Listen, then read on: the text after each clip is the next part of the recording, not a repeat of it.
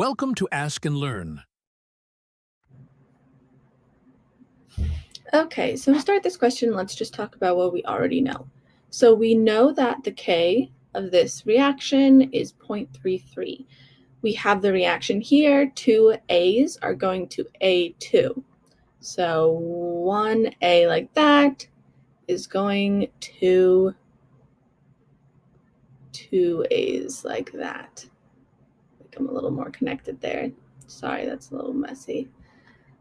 Okay, so we also can derive the expression for K using this equation. So we know it's products over reactants, and then we want to use the coefficient and put it as an exponent. So we have A2, the product, over A, the reactant. All right, perfect.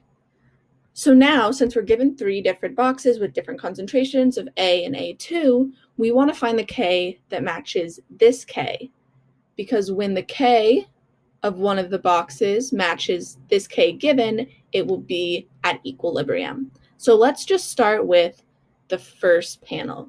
So we have three A's and three A2s.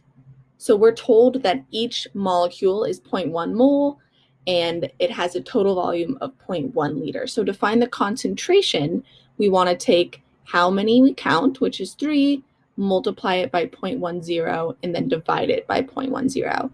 And these will actually cancel out, so we'll get a 3 here, and this is the exact same thing on the bottom here. So we know that there are 3 A2s in the picture, and we want to multiply that by 1.0 mole, 0.10 mole, and then divide it by 0.10 mole, because we're told that each little dot is 0.1 mole.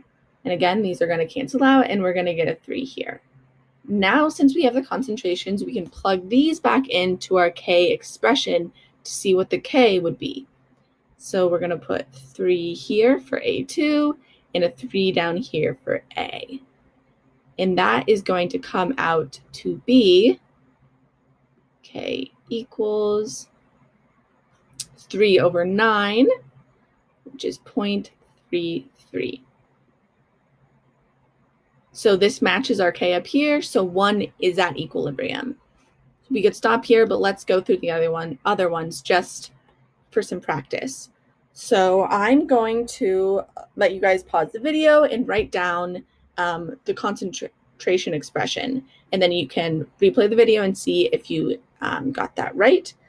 So we're going to have 5 of A times 0.1 moles. I'm just going to do an M divided by 0.1 liter, and then it looks like we have 2A2 times 0.1 mole divided by 0.1 liter. So we're going to get, again, these will cancel out, we'll get a 5 here and a 2 here. So our 2 is going to go up here, our 5 is going to go up there, and we will get a K value of 0.08. Okay, pause the video again and do this third and final one for a little bit of practice. All right, so we have 1A times our 0.1 mole divided by 0.1 liter. And then we have 4 A2s times 0.1 mole divided by 0.1 liter. So again, cancel out. We're going to get a 1 here and a 4 here. So our 4 is going to go up here. 1 is going to go down here, plug and chug through that. So we should get a K of 4. So again, we verified that number 1, because this K matches the K that we're given, is at equilibrium. Okay, moving on to the next part, ranking which of the 3 pictures has the most positive G to the most negative G. So this is the equation we're going to want to use right here, because we know R, which is a constant, it's 8 0.314, and then the temperature, 298.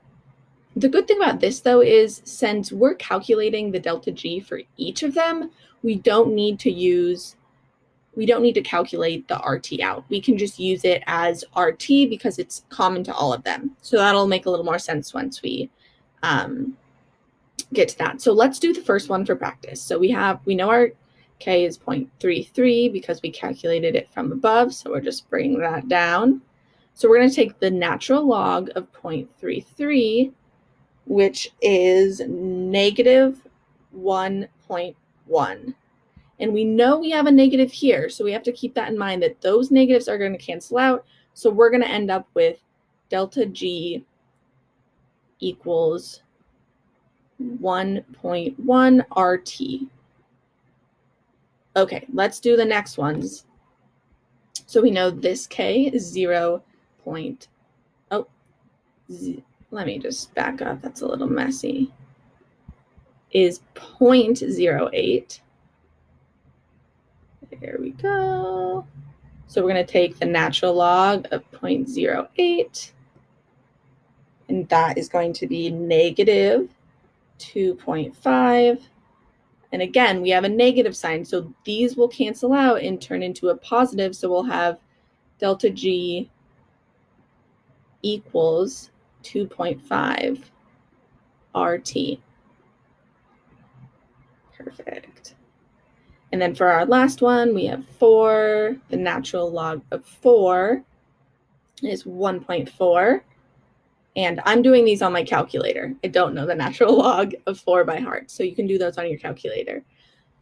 So this one doesn't have a negative sign in front of it. So from this negative sign in our equation, we know that it's going to be a negative 1.4. So delta G is going to equal negative 1.4. Oops, sorry, my mouse is getting a little funky. RT.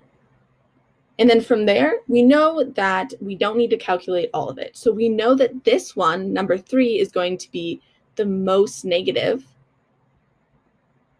solely from the fact that the natural log of K is the most negative one. So most neg, and then the next one that's the most negative is going to be number 1, because we have 1.1, and then the third one is going to be 2.5.